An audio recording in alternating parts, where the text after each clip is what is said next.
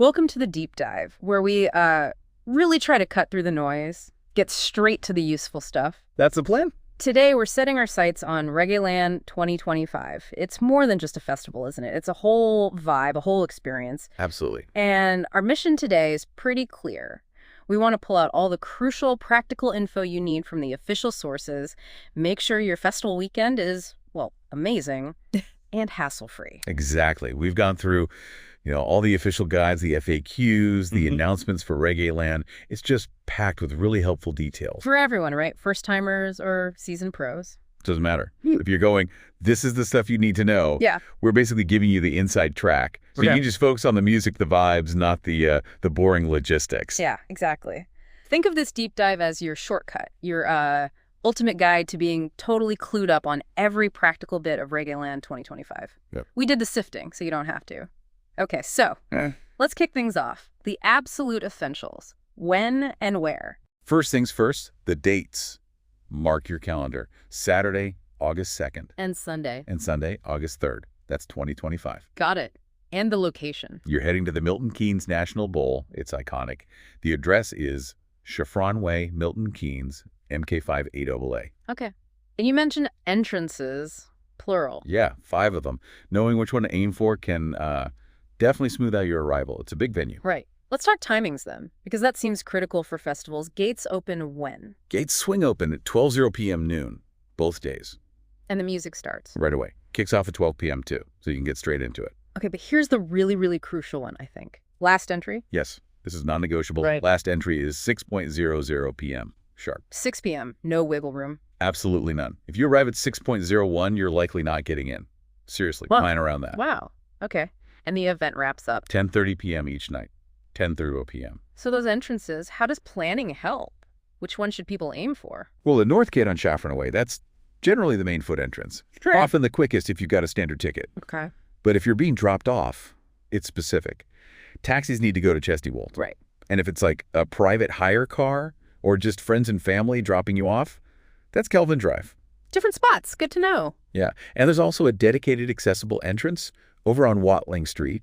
They even provide what 3 words links for these spots. Ah, the 3-word address thing. That's clever. Super precise. Incredibly helpful for finding the exact point. And one more thing on entry, if you have a bag that needs searching, a bigger one, you'll have to use a specific lane for that, and it will take longer. So factor that in. Okay, now here's something that often catches people out, especially first-timers. The re-entry policy. It sounds strict. It is.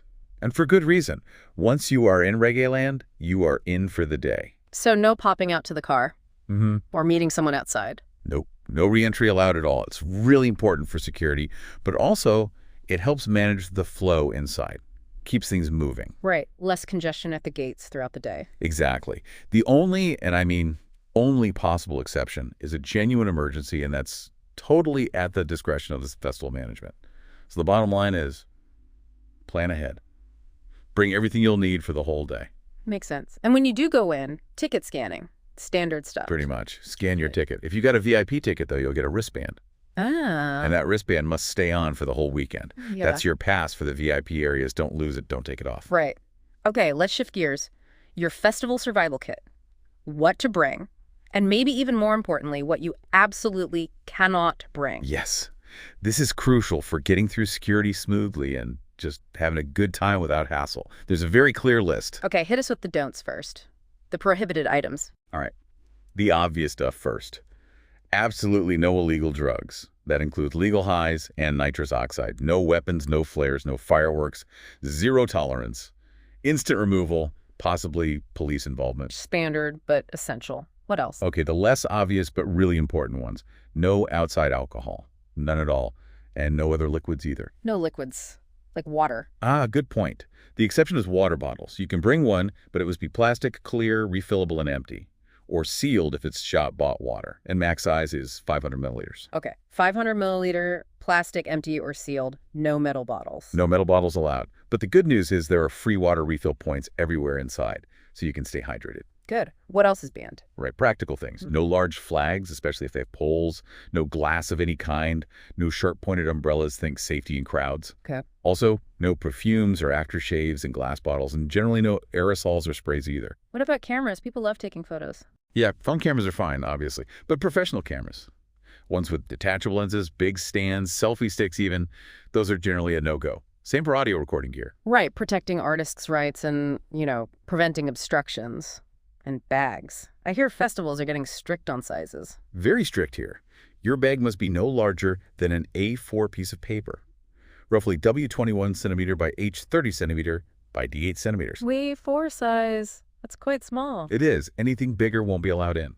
It's partly security, partly to stop people bringing in prohibited stuff, and partly just to speed up searches and reduce congestion. So no big backpack stuffed full. Definitely not.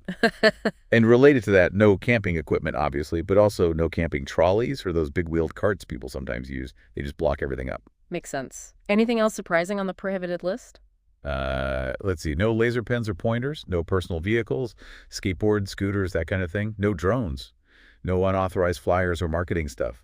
And oddly specific, but no high-visibility clothing, unless you're staff. Okay, quite a list. So flipping that, what should you bring? The essentials. Right, the must-haves. We mentioned the water bottle, clear, plastic, empty or sealed, 500 milliliter max.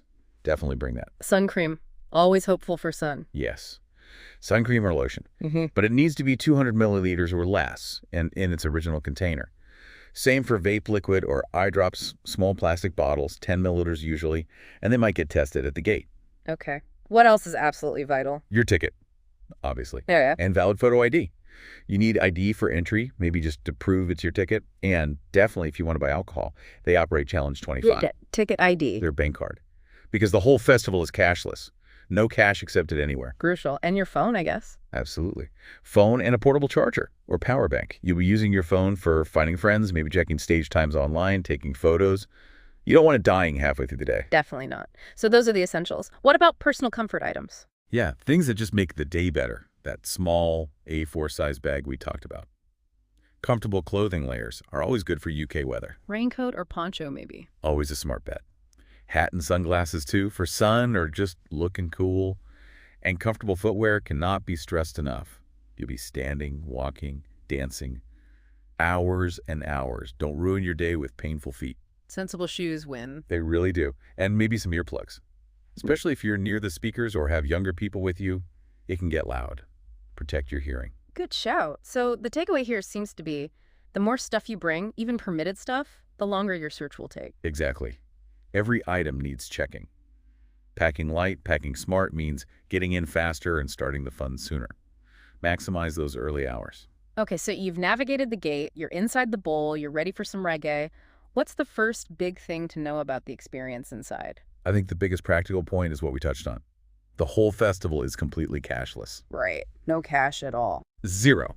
Every bar, every food stall, any merchandise, it's all chip and pin or contactless payment, cards or phone payments.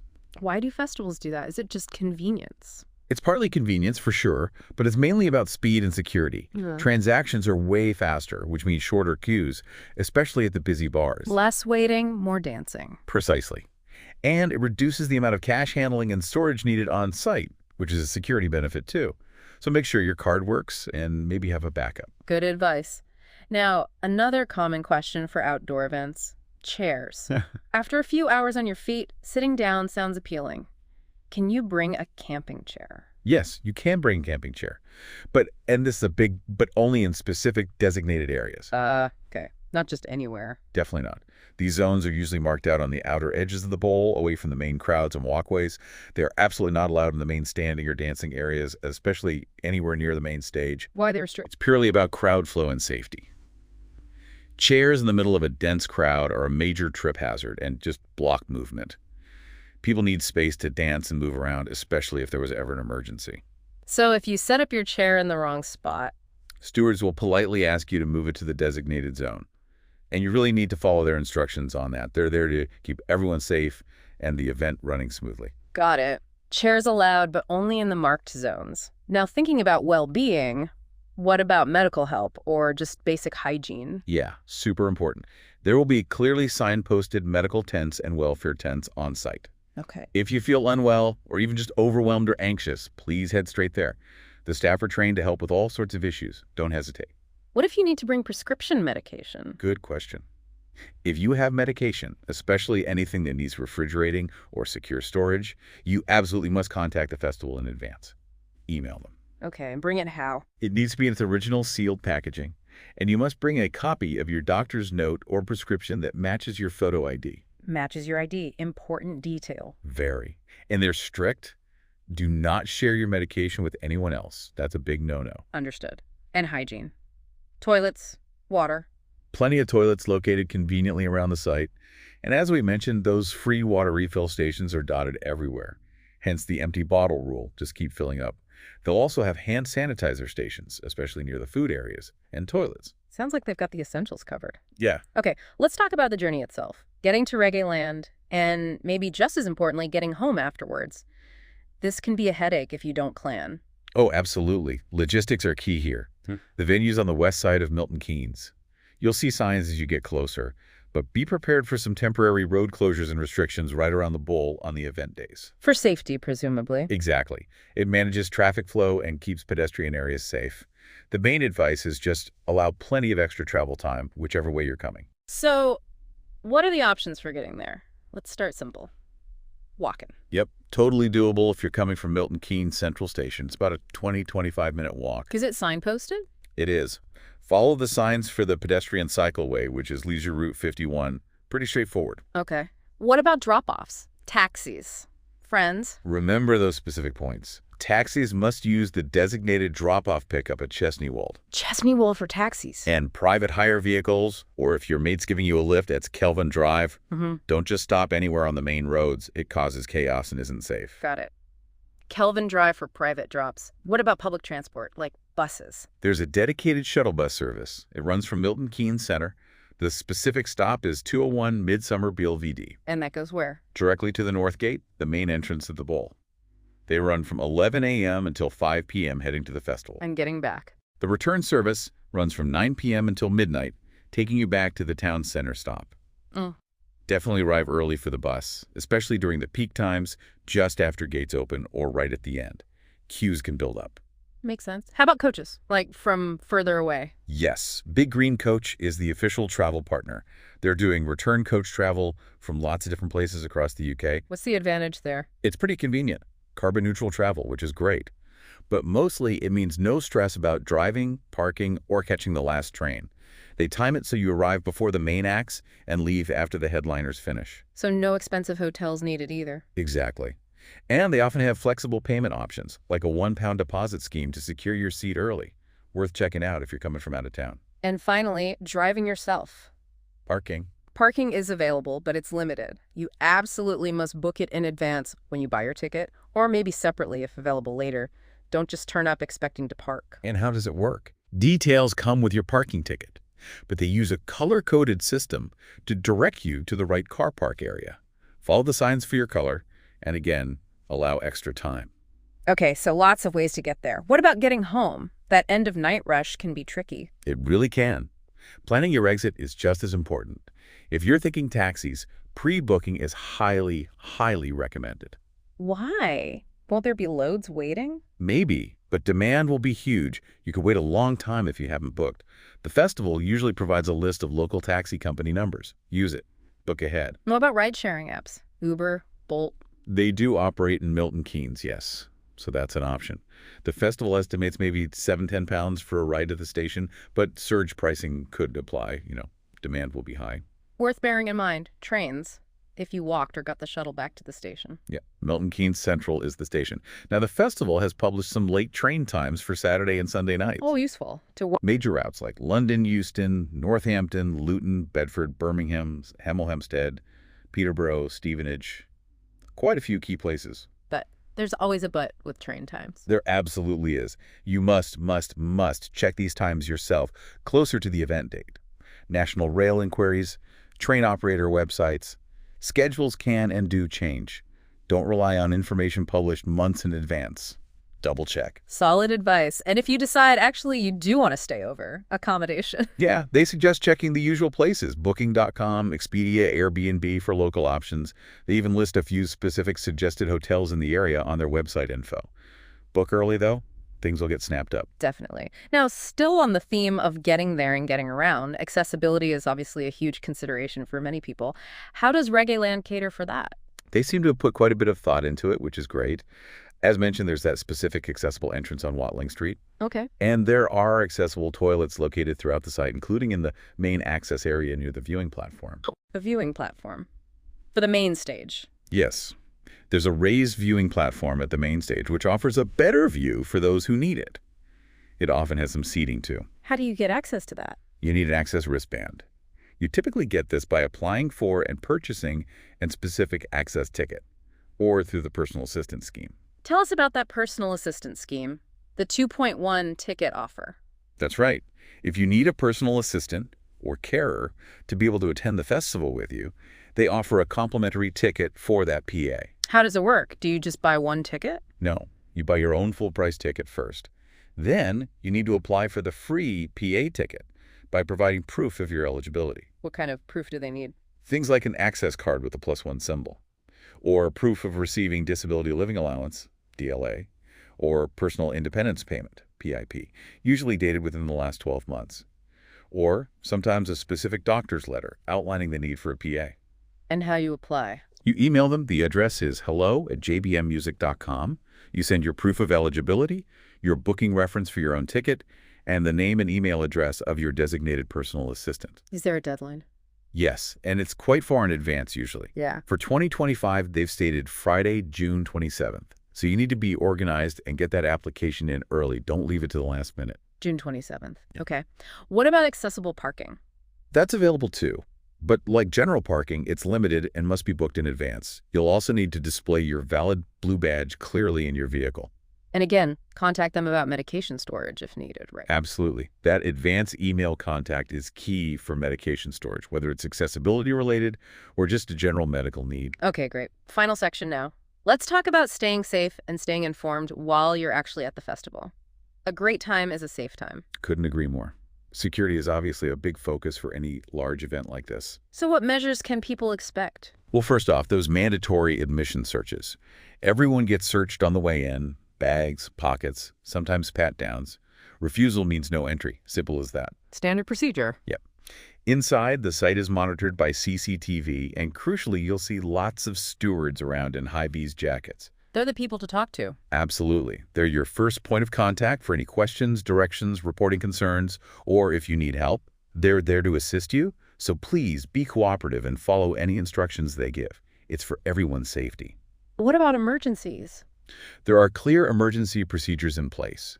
Locations of exits and those medical and welfare tents will be clearly marked on site maps, which you should grab or check online. Familiarize yourself with your nearest exit, just in case. Good tip. Lost property. There'll be a designated lost and found point. Again, check the site map for its location.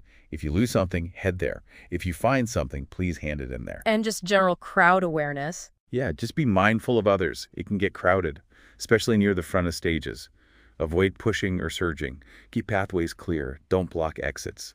Just general common sense and respect for fellow festival goers. Makes sense. What about alcohol rules inside? You mentioned Challenge 25. Yes, the bars operate Challenge 25. So if you're lucky enough to look under 25, you will be asked for ID when buying alcohol. What ID is acceptable? Has to be original, valid photo ID. They usually accept a passport, a driving license, full or provisional photo card, or a pass scheme card with the hologram. Photocopies or pictures on your phone probably won't cut it. Original ID. Got it. And remember, it's illegal to buy alcohol for anyone under 18. They take that seriously. And just to reiterate, zero tolerance for illegal substances. If you're caught with them or dealing them, you'll be removed and likely handed over to the police. Same goes for aggressive behavior or fighting. They want good vibes only. Good vibes only. Love it. So, how do you stay up to date with what's happening during the festival? Any schedule changes, important announcements? Best bet is to follow the official Reggaeland social media channels, Facebook, Instagram. They usually post real-time updates there. Okay. Signing up for their email newsletter beforehand is also a good idea. They might send out key info that way.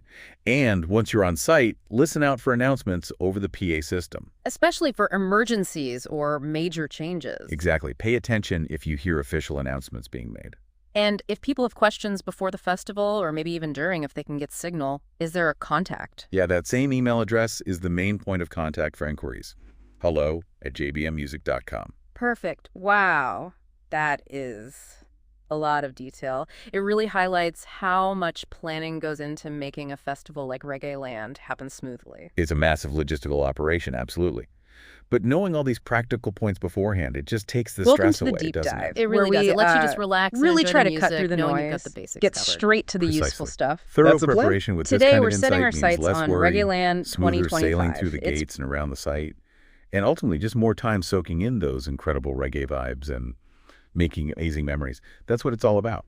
So as we wrap up this deep dive into the nuts and bolts of Reggaeland 2025, here's something to ponder. In an event designed for thousands to share Welcome this to the collective deep dive joy, where this we amazing music, really try to cut where through the does noise, your get individual straight to the useful preparation stuff. stop, That's and the maybe that plan. shared Today, we're responsibility setting for our sights everyone on having a great, Reggaeland safe 2025. time begin? It's more than just a festival, Is it just isn't about it? knowing It's a the rules whole we've talked vibe, a whole about, or is there maybe an experience. unwritten And our code, a mission kind of today is pretty festival clear. goer We want to etiquette pull that out really all the makes the crucial Reggaeland experience truly special and unforgettable for everyone there? Something to think about. Thank you so much for joining us for this deep dive into Reggaeland 2025. We really hope this helps you prepare and that you have an absolutely fantastic, vibe-filled